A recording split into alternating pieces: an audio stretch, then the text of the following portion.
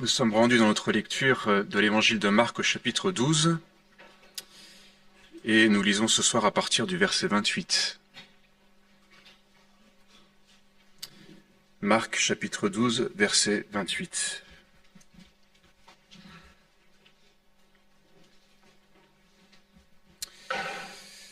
Un des scribes qui les avait entendus discuter, sachant que Jésus avait bien répondu aux Sadducéens, s'approcha et lui demanda « Quel est le premier de tous les commandements ?» Et Jésus répondit « Voici le premier. Écoute, Israël, le Seigneur. Notre Dieu est l'unique Seigneur. Et tu aimeras le Seigneur ton Dieu de tout ton cœur, de toute ton âme, de toute ta pensée et de toute ta force. Voici le deuxième. Tu aimeras ton prochain comme toi-même. Il n'y a pas d'autre commandement plus grand que cela. Le scribe lui dit, « Bien, maître, tu as dit avec vérité que Dieu est unique et qu'il n'y en a point d'autre que lui, et que l'aimer de tout son cœur et de toute sa pensée, de toute son âme et de toute sa force et aimer son prochain comme soi-même, c'est plus que tous les holocaustes et tous les sacrifices. » Jésus, voyant qu'il avait répondu avec intelligence, lui dit, « Tu n'es pas loin du royaume de Dieu. » Et personne n'osa plus lui proposer des questions. J'aimerais lire d'autres passages en parallèle. On peut prendre dans l'évangile de Jean, chapitre 13.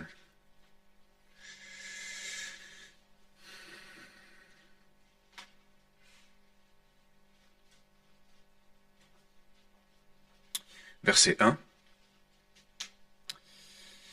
Avant la fête de Pâques, Jésus, sachant que son heure était venue de passer de ce monde au Père, et ayant aimé les siens qui étaient dans le monde, mit le comble à son amour pour eux.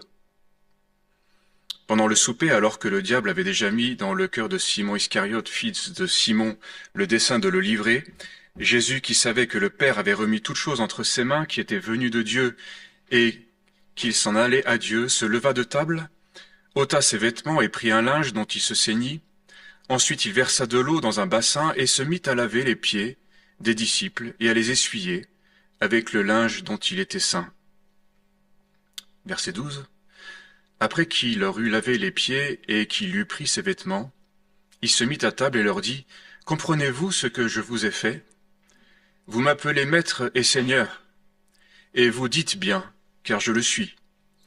Si donc je vous ai lavé les pieds, moi le Seigneur et le Maître, vous devez aussi vous laver les pieds les uns aux autres. Car je vous ai donné un exemple, afin que vous fassiez comme je vous ai fait. En vérité, je vous le dis, le serviteur n'est pas plus grand que son Seigneur, ni l'apôtre plus grand que celui qui l'a envoyé. Si vous savez ces choses, vous êtes heureux, pourvu que vous les pratiquiez. » Un autre passage dans Romains, au chapitre 13.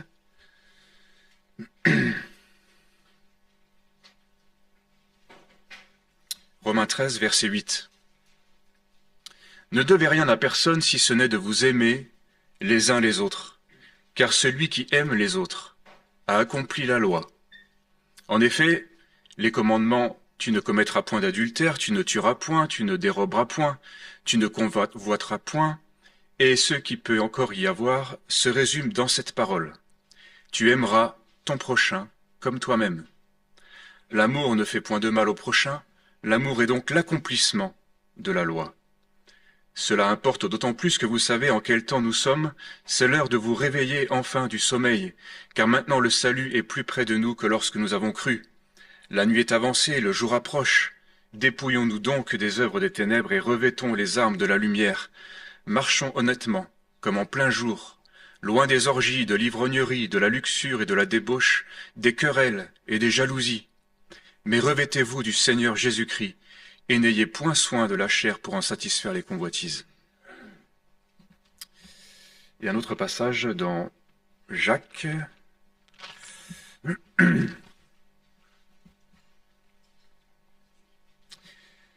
chapitre 1, verset 22.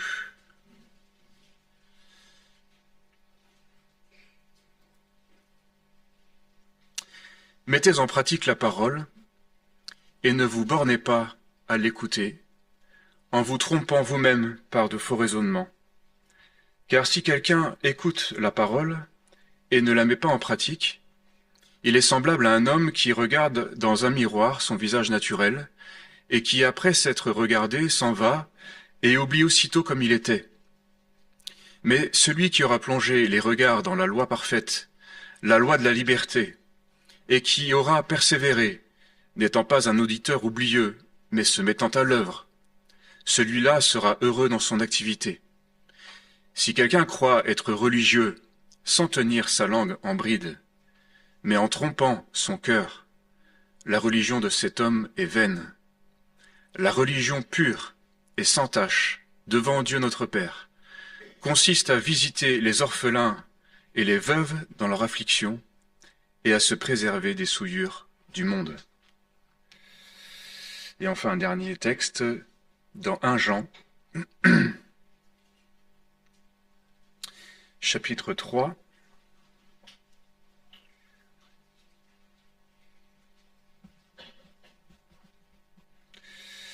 Jean 3, on peut lire au verset 11. Ce qui vous a été annoncé et ce que vous avez entendu dès le commencement, c'est que nous devons de nous aimer les uns les autres, et ne pas ressembler à Caïn qui était du malin et qui tua son frère. Pourquoi le tua-t-il? Parce que ses œuvres étaient mauvaises, et que celles de son frère étaient justes. Ne vous étonnez pas, frères, si le monde vous hait. Nous savons que nous sommes passés de la mort à la vie, parce que nous aimons les frères. Celui qui n'aime pas demeure dans la mort. Quiconque est son frère est un meurtrier. Et vous savez qu'aucun meurtrier n'a la vie éternelle demeurant en lui. Nous avons connu l'amour en ce qu'il a donné sa vie pour nous. Nous aussi, nous devons donner notre vie pour les frères. Si quelqu'un possède les biens du monde, et que voyant son frère dans le besoin, il lui ferme ses entrailles, comment l'amour de Dieu demeure-t-il en lui? Petits enfants, n'aimons pas en parole et avec la langue, mais en action et avec vérité. Par là nous connaîtrons que nous sommes de la vérité et nous rassurerons nos cœurs devant lui. Car si notre cœur nous condamne, Dieu est plus grand que notre cœur et connaît toutes choses. Bien-aimés, si notre cœur ne nous condamne pas, nous avons de l'assurance devant Dieu. Quoi que ce soit que nous demandions, nous le recevrons de lui parce que nous gardons ses commandements et nous faisons ce qui lui est agréable. Et c'est ici son commandement, que nous croyions au nom de son Fils Jésus-Christ et que nous nous aimions les uns les autres selon le commandement qu'il nous a donné. Celui qui garde ses commandements demeure en Dieu et Dieu en lui, et nous connaissons qu'il demeure en nous par l'Esprit qu'il nous a donné.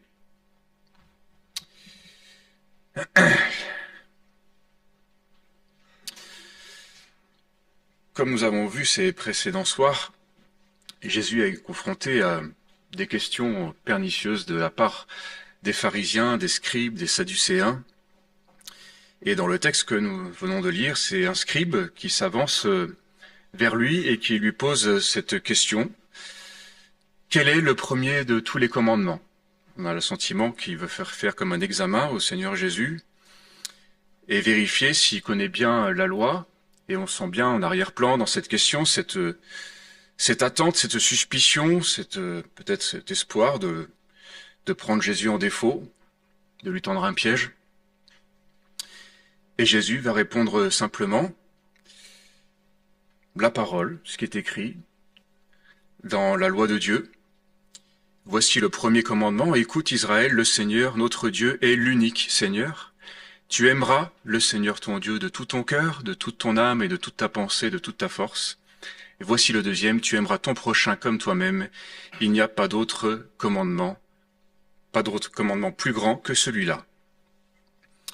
Et voilà que le scribe lui répond, bien maître, tu as dit avec vérité que Dieu est unique, et il répète exactement ce que Jésus vient de dire, en y ajoutant même encore un petit supplément disant que aimer son prochain, c'est plus que tous les holocaustes et tous les sacrifices.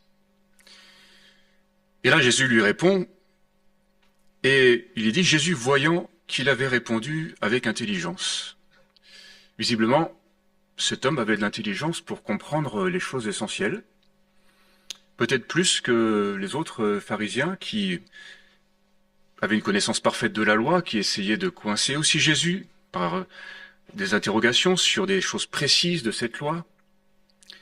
On sent bien que ce que ce scribe a compris, c'est qu'il y a plus que l'observation des commandements et des rituels de tout ce que Dieu avait demandé. Une réalité qui vaut plus que les holocaustes et les sacrifices. C'est la question du cœur. On voit bien dans l'Ancienne Alliance que Dieu ne se contente pas d'un service extérieur qui consisterait à offrir des sacrifices, à obéir à tous les commandements, sans que le cœur y soit, sans que l'amour soit sincère. Parce que dès l'Ancienne Alliance, il est demandé, et c'est le premier commandement, et nous avons lu que c'est celui qui résume toute la loi, d'aimer Dieu de tout son cœur, de toute son âme, de toute sa pensée et de toutes ses forces. Et nous voyons qu'il y a bien des reproches faits souvent au peuple d'Israël d'un service qui est un service religieux. Nous connaissons tous ces textes où Dieu fait ce reproche, mais ce peuple m'honore des lèvres, mais son cœur est éloigné de moi. Dieu prend plaisir à la bonté et non au sacrifice. Il y a donc une exigence supérieure à l'obéissance stricte de la loi. C'est la réalité du cœur, c'est la réalité de l'amour. Et qui résume là, en fait, toute la religion chrétienne, la vraie religion. La vraie religion, c'est l'amour. Dieu est amour. Il est le créateur, il est le seul, l'unique. Il est écrit dans le premier commandement, et tu aimeras ton Dieu de tout ton cœur. Cette chose-là résume parfaitement la loi. Celui qui aime, on a lu dans Romains, accomplit toute la loi. Parce que celui qui aime, il ne commet pas l'adultère, celui qui aime, il ne tue pas, celui qui aime, il ne convoite pas. Et cet homme, ce scribe, a parfaitement compris cela, le répète. Et Jésus reconnaît cette intelligence, peut-être qu'il a de plus que les autres. Mais il va lui dire, tu n'es pas loin du royaume de Dieu. Voilà la réponse de Jésus. Et alors il y a cet aspect positif, les commentaires le soulignent, peut-être même comme un encouragement, mais moi je vois plutôt dans cette réponse du scribe quelque chose de quand même incongru, où on a le sentiment que les rôles sont inversés. C'est ce scribe qui va, on pourrait dire presque féliciter Jésus de sa bonne réponse et lui donner un bon point, un peu comme les maîtres donnent à leurs élèves. On a quand même du mal à s'imaginer un élève ou un enfant répondre à son père qui veut l'instruire. Mais tu as tout à fait raison, c'est pertinent ce que tu dis, j'approuve, je valide. Ce scribe a l'air de valider la vérité de Jésus comme si lui était le critère du bien, il était en mesure de pouvoir approuver Jésus. C'est vraiment typiquement religieux, cette attitude-là, une sorte d'aveuglement, tellement sûr de notre connaissance, de tout ce qu'on a appris sur Dieu, de sa parole, qu'on peut même entendre parfois dans certains propos de croyants, mais c'est « Seigneur, je suis d'accord avec toi, tu as raison quand tu dis que… » Comme si c'était à nous d'évaluer la chose et de valider la vérité de Dieu, comme si elle ne nous avait pas précédés. C'est quand même malgré tout une prétention, un orgueil incroyable qui se dégage là chez cet homme. En tous les cas, il avait bien compris la leçon. Jésus le reconnaît, mais va lui dire cette phrase qui est lourde de sens. « Tu n'es pas loin du royaume de Dieu ». Alors on peut le voir comme un encouragement, mais je le vois surtout comme quelque chose de terrible parce que même s'il n'est pas loin, il n'y est pas. Et il manque quelque chose, pour dire d'essentiel, qui fait que cet homme n'est pas dans le royaume de Dieu. Et on comprend par cette réponse que savoir, connaître, ne suffit pas. On connaît beaucoup de choses, On a peut-être été convaincu par beaucoup de choses, touché par la parole. On l'a peut-être reçu. Mais la chose ne suffit pas. On peut même se l'approprier, peut-être même la restituer correctement. Et quand j'ai lu ce texte, j'ai pensé tout de suite à ce parallèle. Vous êtes heureux si vous savez ces choses, pourvu que vous les mettiez en pratique. C'est d'ailleurs ce verset qui figure, je crois, à la fin de la confession de foi de la mission, où on a pris soin de détailler tous les éléments qui nous semblaient nécessaires de la doctrine, de la vérité biblique, qui sont justes, qui sont nécessaires à méditer, pour nous instruire, pour nous rappeler ces vérités, mais qui ne sont pas suffisantes si elles ne sont pas assorties de cette obéissance et de cette pratique. Savoir ces choses, oui, elles nous rendront heureux, pourvu que vous les mettiez en pratique. On le sait, toutes ces choses, et ce thème de l'amour, des commandements de Dieu, je pense qu'on en a tellement parlé, c'est essentiel, c'est, on pourrait dire, le message qu'on aurait envie de rappeler sans cesse, qui a fait aussi toute notre mission, nos églises, notre lien fraternel, notre vocation d'accueil, etc. On a dit tellement de choses là-dessus, et lorsque j'ai découvert le sujet ce soir, je me dis mais qu'est-ce que je pourrais bien dire de plus et de ce que l'on sait déjà. Bon, vous me direz, c'est une réflexion qu'on peut toujours se faire lorsqu'on prêche, parce que de toute façon, on prêche que ce que l'on connaît, et si la parole n'est pas révélée à nouveau, ce sont que des connaissances théoriques qui n'apporteront rien de plus. Et un regard incrédule peut dire finalement à quoi bon rappeler toutes ces choses. Et c'est vrai que il y a beaucoup de connaissances, de richesses dans notre mission, beaucoup de réunions, qui a fait dire même à quelqu'un, il y a tellement de réunions qu'on n'a même plus le temps d'obéir. Mais ça, c'est une boutade, parce que on a toujours le temps d'obéir. Mais je me suis fait souvent la réflexion pour moi-même, parce que je suis souvent aussi dans un contexte de réunion. On pourrait dire que je passe ma vie en réunion, à écouter. Et parfois, j'ai presque pris peur devant cette réalité que celui qui connaît est d'autant plus responsable. Plus nous connaissons, plus nous sommes responsables devant Dieu. Qu'est-ce que nous faisons de cette connaissance et produit-elle vraiment une obéissance et une mise en pratique? Et j'ai observé pour ma propre vie que je pouvais parfois être touché, bouleversé par la parole, et voire même la restituer, parce que parfois on me demande aussi d'écrire des résumés des réunions. Mais la question de l'obéissance et de ce que ça va produire concrètement dans ma vie, parfois m'inquiète, à proportion de tout ce que j'entends, de tout ce que il me semble avoir compris. Qu'est-ce que cela produit? Et au point où parfois je me suis fait presque la réflexion d'un examen de conscience. Voilà, tu as été touché, mais au bout de quelques semaines, quel est le changement concret? Qu'est-ce que ça a produit concrètement? Alors je ne sais pas si c'est une bonne manière de réfléchir, parce qu'on n'est pas les mieux placés pour s'auto-évaluer. Mais c'est quand même une inquiétude, une préoccupation qui me semble biblique. On ne doit pas se borner à écouter la parole, mais à la mettre en pratique. On ne peut pas se borner à déclamer des vérités et à être réjoui de les connaître, sans s'inquiéter de savoir si ça a produit vraiment un fruit, et surtout en ce qui concerne l'amour. Parce que l'obéissance, ça se résume par l'amour. Nous l'avons vu. Et cette question de l'amour doit être constamment révélée, renouvelée, de manière à ce que ce soit quelque chose de concret. Parce que nous sommes appelés à aimer en action et en vérité, pas seulement avec la langue. Et que la véritable religion consiste à visiter les veuves et les orphelins dans leurs afflictions. L'amour et l'obéissance, c'est quelque chose de concret, qui va produire quelque chose. On peut peut-être se cacher derrière plein de considérations et d'obstacles pour justifier qu'on aime moins, qu'on s'est lassé peut-être. Et c'est quelque chose, il me semble, qui vient vite dans nos cœurs, surtout après plusieurs années de vie chrétienne, où on constate avec parfois découragement, certaines situations qui stagnent.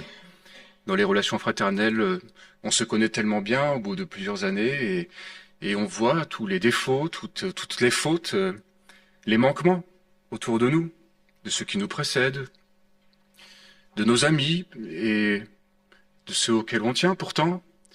Mais il y a parfois des propos qui blessent, des choses injustes, qu'on a quand même parfois du mal à digérer, qui créent quand même de l'amertume au fond du cœur, qui créent des distances dans les relations, un découragement qui fait que peu à peu, si on n'est pas vigilant et si on n'est pas renouvelé dans cet amour, l'amour se refroidit forcément. Et on peut justifier cet état intérieur par toutes sortes de considérations. Mais comment voulez-vous que l'on s'aime? Comment voulez-vous qu'on puisse vivre une communion quand on entend un tel parler comme ça? Quand on voit la manière dont il a agi, d'une telle injustice, et on se cache derrière beaucoup de considérations ainsi, de ce que les autres sont ou ne sont pas, et finalement notre connaissance de la loi de Dieu nous sert davantage à évaluer et jauger tout ce qui n'est pas, tout ce qui est manquement à cette loi et à cet amour chez les autres, dans l'Église. Si notre connaissance de la parole sert à cela, alors on passe à côté, complètement, du but de l'instruction. Et en tous les cas, le cœur se rétrécit, se ferme, s'endurcit, au point où il y a une forme on pourrait dire, d'obéissance, mais une obéissance théorique, froide, et où il manque l'essentiel.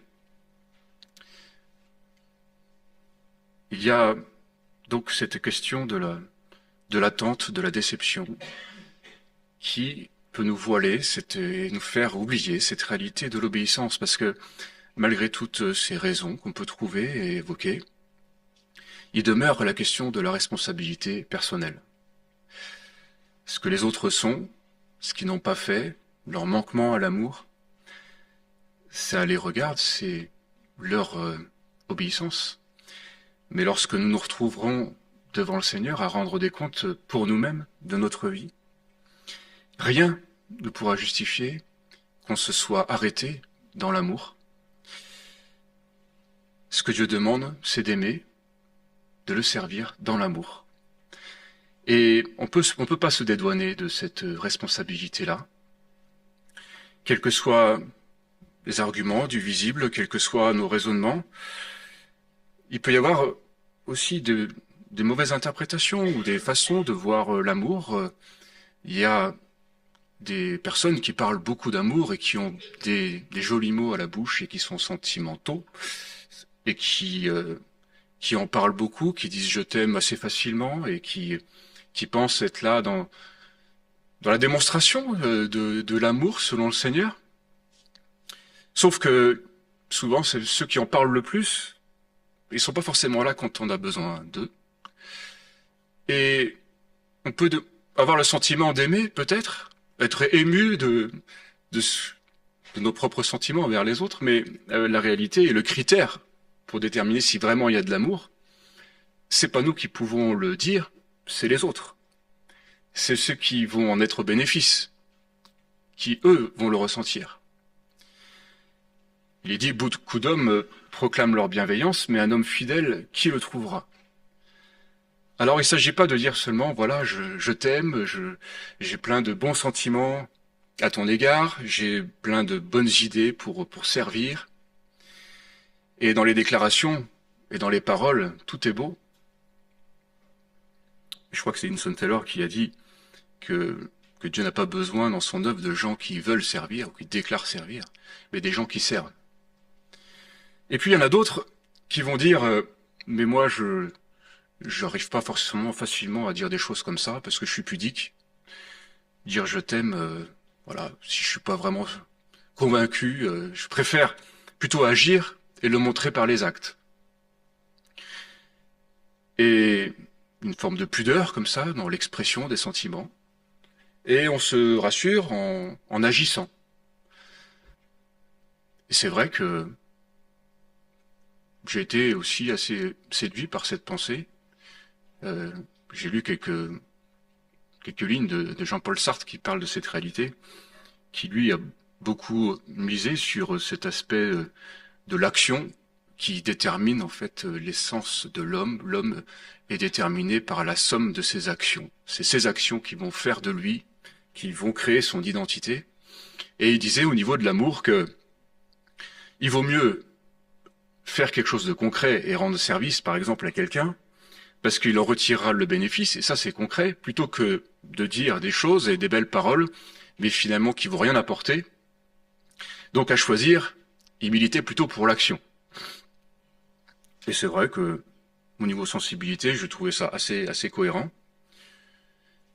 Parce que finalement, ce qui compte, c'est le résultat, c'est que la personne a été dépannée quand il en avait besoin, et qu'on ait produit quelque chose de concret. Sauf que, devant Dieu, c'est encore pas suffisant.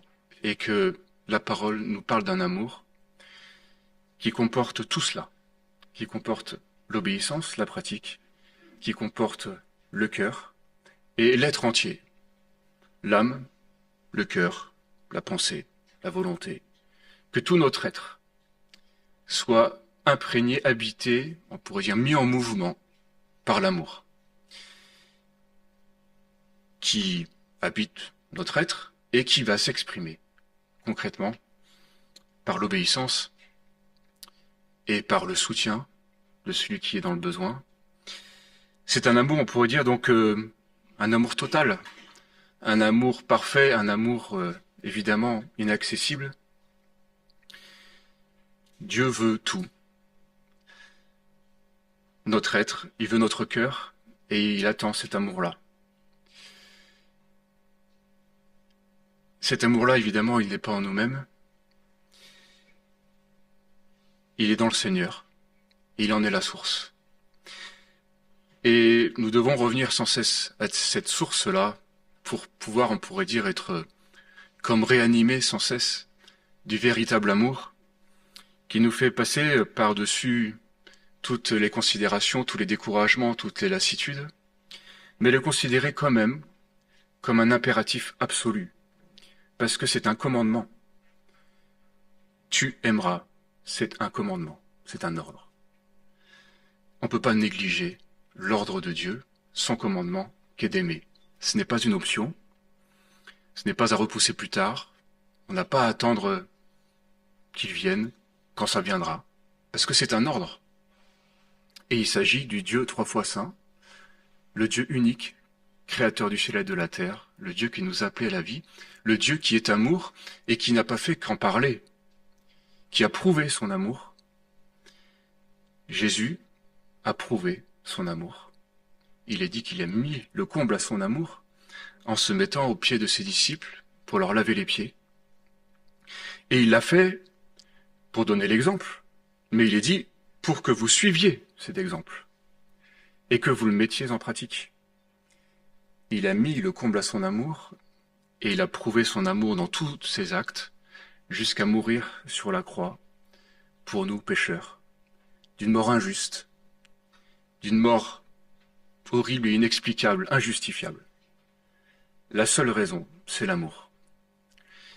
Il a prouvé son amour, il est amour, il nous a aimés, et en lui nous pouvons puiser sans cesse cet amour comme à une source intarissable. C'est là notre salut, c'est là notre espoir, et c'est à cela qu'il faut revenir pour que notre connaissance de la parole et tout ce que nous recevons de richesse dans l'Église et de l'enseignement qui nous fait tant de bien ne soit pas un enseignement vain, qui nous condamne d'autant plus et qui nous rend d'autant plus responsables, parce que nous avons négligé l'essentiel, l'obéissance. L'obéissance d'amour. Il est dit aussi dans les lettres de l'ange aux églises, dans l'Apocalypse, à une église, celle d'Éphèse, je crois, qu'il lui a pas été fait de reproches sur son service, sur ses œuvres, même sur sa persévérance, mais il lui dit « Ce que j'ai contre toi, c'est que tu as oublié ton premier amour. » C'est quelque chose qui, à chaque fois que je le reconsidère, qui m'émeut, parce que c'est là le piège et le danger qui nous menacent tous, je crois, qui menacent nos églises, qui menacent nos relations fraternelles, de négliger, d'abandonner le premier amour, de faire peut-être des choses, d'être persévérant, d'être fidèle. Mais l'amour n'est plus là, l'élan n'est plus là, le zèle s'est éteint.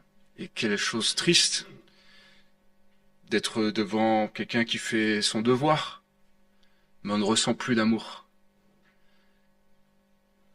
On peut servir, mais en ayant perdu de vue l'essentiel, tandis que quand l'amour est là, quoi que nous fassions, et ça, je crois qu'on peut quand même le considérer, et chacun le sait au fond de lui, on ressent la différence.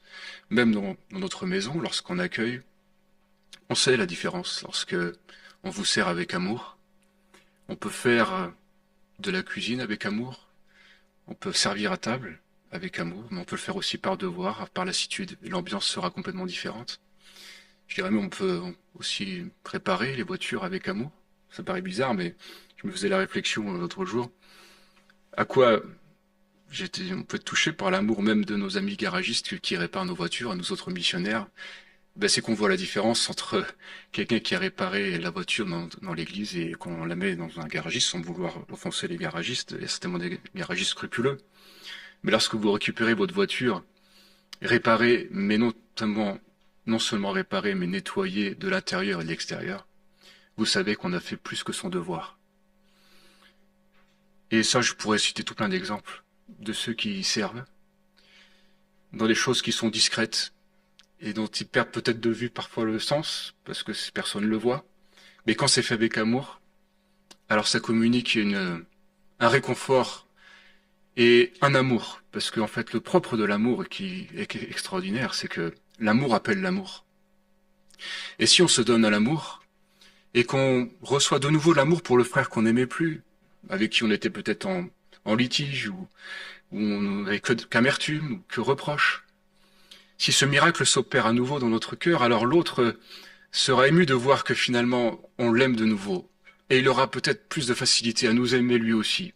Et il y a une forme on pourrait dire, de dynamisme qui se réenclenche dans l'amour. C'est pourquoi ne prenons pas le risque on pourrait dire, de casser ce cercle vertueux de l'amour, de ce don de Dieu. On en a tant besoin. Mais on ne peut pas attendre qu'ils viennent des autres et constamment être dans le reproche, dans l'attente, en considérant tous les manquements, mais qu'on se replace devant le Seigneur pour considérer quelle est notre responsabilité devant Dieu, devant ce commandement suprême, pour nous repentir de l'avoir négligé peut-être, de l'avoir oublié et recevoir à nouveau ce premier amour qui peut jaillir de notre cœur avec abondance et produire des bons fruits et produire l'amour aussi autour de nous. Cet élan dont on a tant besoin et qui doit être renouvelé sans cesse. Il est dans le Seigneur, la source est en lui et nous pouvons épuiser à nouveau. Nous ne nous privons pas de l'amour du Seigneur et considérons avec gravité, mais avec reconnaissance ce commandement qui nous est encore adressé ce soir. Dans ce commandement, il y a aussi la force et le miracle qui s'opère pour celui qui se dispose à l'obéissance, à la foi et à l'obéissance. Et le Seigneur produit alors le miracle. Que tout notre service, toutes nos relations fraternelles soient renouvelées dans cet amour-là. Je crois pouvoir dire que nous avons une mission qui a été fondée sur l'amour. Et il y a de l'amour chez nous. Mais l'apôtre Paul, quand il écrivait aux églises, souvent, considéraient cette chose en reconnaissant l'amour qui était chez eux. Mais il disait d'autant plus qu'il priait pour eux parce qu'il fallait que cet amour abonde toujours plus. Alors on ne peut pas dire qu'il n'y a pas d'amour chez nous, dans nos églises, mais il y a malgré tout cette menace constante qui s'étiole, qui soit négligée. Alors le sujet de prière, c'est que cet amour abonde toujours plus, qu'il y a des progrès à faire dans cet amour.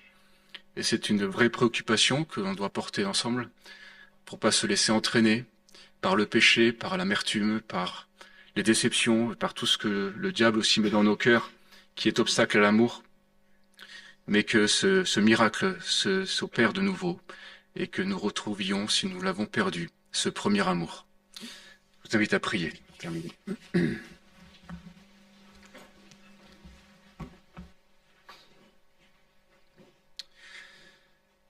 Seigneur, nous ne voulons pas nous borner à écouter seulement ta parole et à enrichir notre connaissance.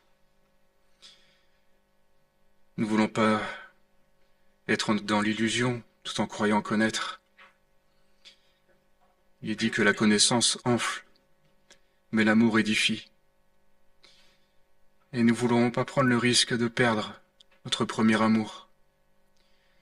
Tu connais nos cœurs, et tu sais tout ce qui nous a éloignés de cet amour, tout découragement, toute lassitude, toute amertume, les reproches, les attentes.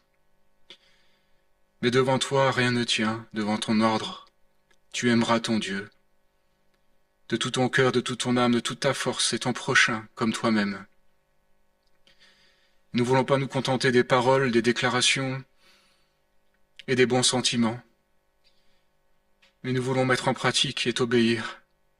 Mais nous mesurons toute la portée de ce commandement suprême et notre incapacité de pouvoir y répondre avec persévérance. C'est pourquoi nous crions à toi, Seigneur, pour que tu te révèles à nouveau à nous dans tout ton amour. Et nous voulons y ouvrir notre cœur à nouveau et puiser à ta source et le recevoir par la foi. Parce que c'est ton amour. C'est pas un amour humain, c'est pas ce que nous pouvons produire, c'est pas ce que nous aurions comme potentiel, comme capacité humaine. C'est d'un autre ordre, c'est l'amour de Dieu, c'est l'agapé. Et tu le donnes à celui qui l'accepte. Nous acceptons ton amour, Seigneur, parce que tu l'as prouvé pour nous, tu nous as sauvés par amour. Et c'est pourquoi, puisque tu nous as aimés le premier, nous t'aimons en retour. Et puisque nous t'aimons, nous voulons aimer les frères. Parce que c'est là la véritable preuve que celui qui aime Dieu aime aussi les frères. Renouvelle-nous, Seigneur, dans cet amour parfait, cet amour éternel, qui durera jusque dans le ciel. Nous voulons le connaître à nouveau et nous te prions de le révéler encore à nos cœurs. Nous te remercions encore pour ta patience, pour ta grâce, pour tout l'amour dont nous avons été au bénéfice aussi dans ton Église, et que tout notre service, toute notre mission, nos églises, soient imprégnées, animées de cet amour. Au nom de Jésus. Amen.